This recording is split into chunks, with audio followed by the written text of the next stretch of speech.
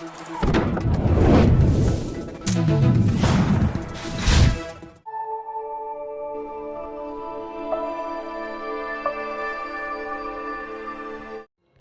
தமிழ் செய்திகள் வாசிப்பது நிஷா.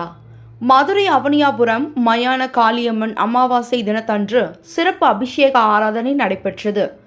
மதுரை அவனியாபுரத்தை அடுத்துள்ள வெள்ளக்கல் கிராமத்தில் அமைந்துள்ள மயான காளியம்மன் கோவிலில் மார்கழி மாதம் அமாவாசை தினத்தன்று கோவில் முன்யாகம் வளர்க்கப்பட்டு மகா காளியம்மனுக்கு அபிஷேக அலங்கார ஆராதனை பூஜை நடைபெற்றது. இந்நிகழ்வில் ஏராளமான பக்தர்கள் கலந்து கொண்டனர். பக்தர்கள் வேண்டுதலான குழந்தை வரம், திருமண தடை, குடும்ப கஷ்டங்கள் கேட்டு பூசாரி கண்ணையா மயானம் சென்று திரும்பியவுடன் அருள்வாக்கு கூறினார்.